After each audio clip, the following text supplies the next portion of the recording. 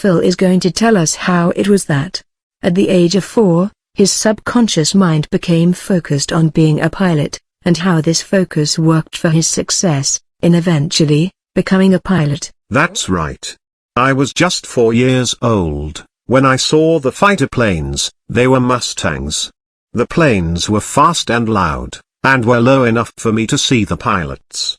To me, it was as though the pilots were gods, and I felt a strong desire to be like them, so much so.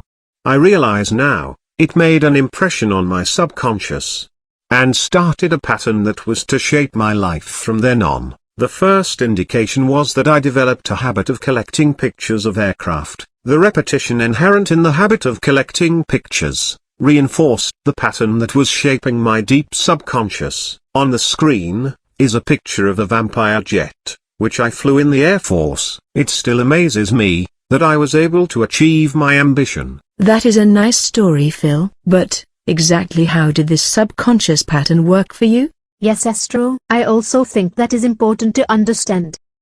Well, for a start, it meant that everything I did was related to becoming a pilot.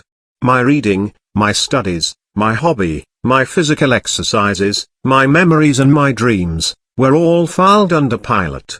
Having this underlying subconscious pattern made it almost inevitable that I would become a pilot.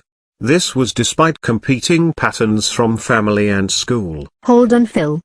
Are you saying there was conflict within your family? Yes, there was.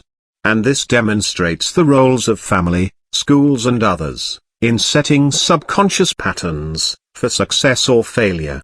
Phil, you sound resentful. How do you mean, it demonstrates the role of family and others in shaping our subconscious patterns? Of course, it is well known that our childhood environment has a great influence on our later lives.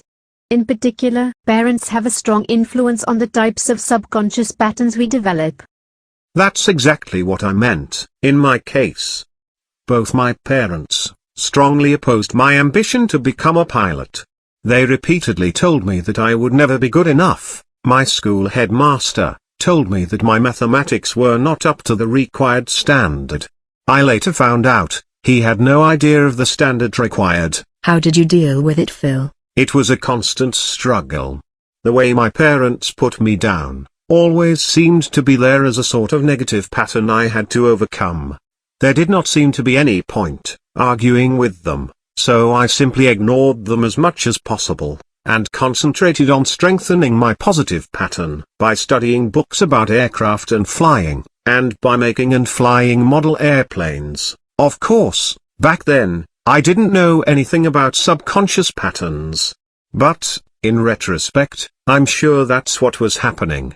I think you are right, Phil. The general lesson is, we need to decide on what success means to us, and develop subconscious patterns to achieve that success. We should also be aware that others, including parents, partners, friends and work colleagues, by their actions, that may even appear friendly or well-intentioned, might create patterns that oppose your own patterns for success.